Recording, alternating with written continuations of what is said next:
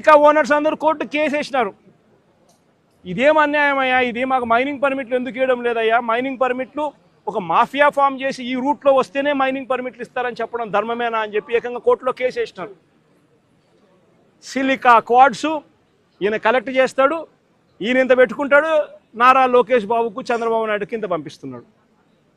ఏ నియోజకవర్గంలో తీసుకున్నా కూడా ఆ నియోజకవర్గంలో మైన్స్ ఏదున్నా కూడా ఆ మైన్స్ ప్రతి మైన్లోనూ కూడా ఎమ్మెల్యే గారిని కలవాలా, పోలీసులు హుకుం జారీ చేస్తారు, డబ్బులు కలెక్ట్ చేస్తారు, ఎమ్మెల్యే గారికి ఇంత ఇవ్వాలా, మిగతాది పోలీసులు ఇంత పెట్టుకుంటారు, పైకి పంపిస్తామన్నారు డబ్బులు మిగతాది.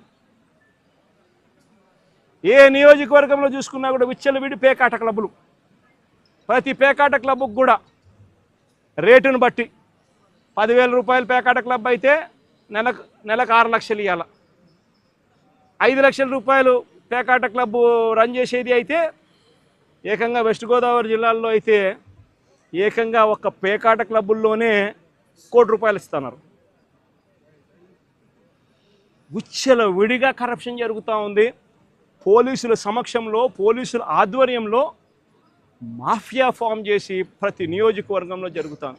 నియోజకవర్గంలో ఏ పరిశ్రమ ఉన్నా కూడా ఆ పరిశ్రమ నడుపుకోవాలి అని అంటే ఆ పరిశ్రమ యజమానులు వచ్చి ఎమ్మెల్యేకి ఇంత డబ్బు ఇవ్వాలా, పోలీసులు లేకపోతే ఎమ్మెల్యేని కలసమని చెప్పి ప్రోత్సహించేట్టుగా వీళ్ళు పోయి ప్రెజర్ పెడతారు, ఎమ్మెల్యే మనుషులను పంపిస్తారు, ఫ్యాక్టరీలో ప్రొడక్షన్ ఆగిపోతుంది, ఆ ఎమ్మెల్యేను పోయి యాజమాన్యం పోయి కలిసి ఆయనకు తులమో ఫలమో చేతిలో పెట్టాలా నెల, అందులో ఆయన ఎమ్మెల్యే ఇంత పెట్టుకుంటాడు, డిఐజీ ఆధ్వర్యంలో పోలీసులకు ఇస్తాడు, పోలీసులు కొంచెం పెట్టుకొని మిగతాది పెద్దబాబుకు చిన్నబాబుకు పంపిస్తూ ఉన్నారు. రాష్ట్రంలో విచ్చలు విడిగా కరప్షన్ జరుగుతూ ఉంది, కళ్ళ ఎదుటే కనిపిస్తూ ఉంది. కానీ ఇంత కళ్ళ ఎదుట ఇవన్నీ కూడా కనిపిస్తూ ఉన్నా కూడా ఎవ్వరూ కూడా మాట్లాడకూడదు. విచ్చలు విడిగా భూములు శనిక్కాయలకు బెల్లాలకు అమ్మేస్తారు ఇలా కావలసిన వాళ్ళకు. వీళ్ళకి నచ్చినోడు ఎవడన్నా ఉన్నాడంటే 99 పైసలకు భూములు ఇస్తారు. వీళ్ళకి నచ్చినోడు ఎవడన్నా ఉన్నాడు అని అంటే ఏకంగా 30 ఏళ్ళ కాంట్రాక్టు, 40 ఏళ్ళ కాంట్రాక్టు, ₹1.5 ఇస్తే చాలంటారు. విచ్చలవిడిగా భూములు శనిక్కాయలకు బెల్లాలకు అమ్మేస్తూ ఉన్నారు. ₹4.60 పీపీఎల్ చేసుకుంటా ఉన్నారు. ₹2.49 మేము ఆ రోజుల్లో పీపీఎల్ చేసుకుంటే నానా యాగి చేసిన ఇదే పెద్ద మనుషులు. అంత విచ్చలవిడిగా కరప్షన్ ఒక వైపున జరుగుతూ ఉంది. మరోవైపున సూపర్ 6, సూపర్ 7లు గాలికి ఎగిరిపోయాయి. ప్రతిదీ కూడా మోసమని తేలిపోయింది. వ్యవస్థలన్నీ కూడా పూర్తిగా నీరుగారిపోయిన పరిస్థితులు కనిపిస్తూ ఉన్నాయి. ఏ మనిషి కూడా సంతోషంగా లేని పరిస్థితిలో చంద్రబాబు ప్రభుత్వంలో కనిపిస్తూ ఉంటే ఈ మనుషుల తరపున, ఈ ప్రజల తరపున ఏ గొంతు వినపడకూడదు అని చెప్పి ఏకంగా ఈ పెద్ద మనిషి పెన్నెల్లి రామకృష్ణారెడ్డిని జైల్లో పడేసినాడు. ఈయన 4 సార్లు ఎమ్మెల్యే. దళిత మాజీ ఎంపీ నందిగాం సురేష్ను 190 రోజులు జైల్లో పెట్టినాడు. ఈయన దళిత మాజీ ఎంపీ. మాజీ మంత్రి జోగి రమేష్ కొడుకును రాజీవ్ అనేవాడిని ఆయనను జైల్లో పెట్టినాడు కేసులు పెట్టి. వల్లభనేని వంశీని ఒక కేసు అయిపోయిన తర్వాత మరో ఒక కేసు చిత్రహింసలు పెడుతూ జైల్లో పెట్టారు ఈ పెద్ద మనిషి.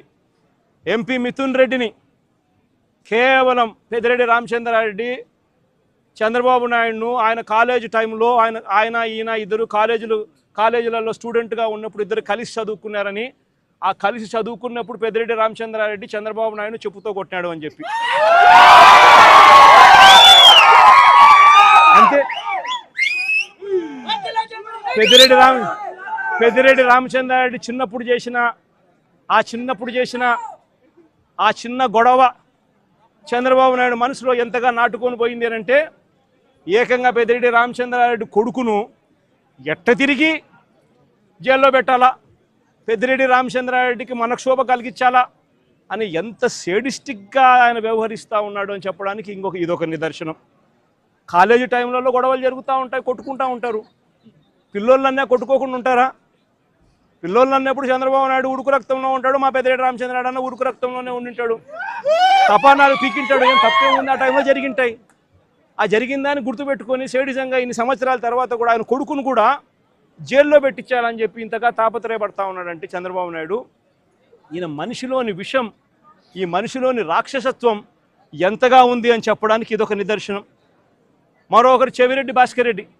పాపం చెవిరెడ్డి భాస్కర్ రెడ్డి ఏం తప్పు చేసినాడో నాకైతే తెలియదు. కేవలం ఆయన చంద్రగిరి కాన్స్టిట్యున్సీకి ఎమ్మెల్యే కావడం. ఇదే చంద్రగిరి కాన్స్టిట్యున్సీ చంద్రబాబు నాయుడు సొంత కాన్స్టిట్యున్సీ. ఇదే చంద్రబాబు నాయుడు సొంత కాన్స్టిట్యున్సీ చంద్రగిరిలో 1983లో 1978లో ఆయన కాంగ్రెస్ పార్టీలో మంత్రిగా ఉండి పోటీ చేసి 17,000తో ఓడిపోయినాడు చంద్రగిరి కాన్స్టిట్యున్సీలో 1983లో.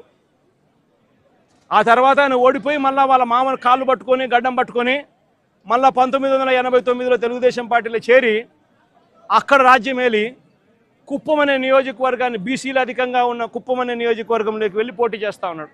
ఈ చంద్రగిరి నియోజకవర్గం ఆయన చేతుల్లో నుంచి వెళ్ళిపోయింది అని, ఈ చంద్రగిరి అనే నియోజకవర్గం ఆయన సొంత ఊరుంది కాబట్టి అక్కడ ప్రజలు చంద్రబాబు నాయుడు ఓడించినారు అని బాధ తట్టుకోలేక భాస్కర్ను వేధించి జైల్లో పెట్టించే కార్యక్రమాలు చేస్తూ ఉన్నాడు.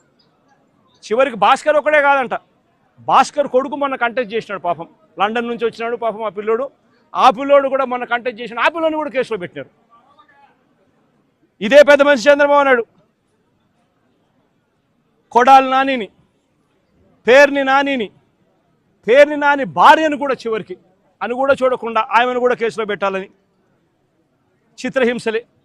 అనిల్ కుమార్ యాదవ్ ఇక్కడ జిల్లాలో మీ అందరికీ పరిచయస్తుడైన బీసీ నాయకుడు, మంత్రిగా ఎదిగిన వ్యక్తి, యువకుడు, ఇలాంటి వ్యక్తిని కూడా దొంగ కేసుల్లో ఇరికి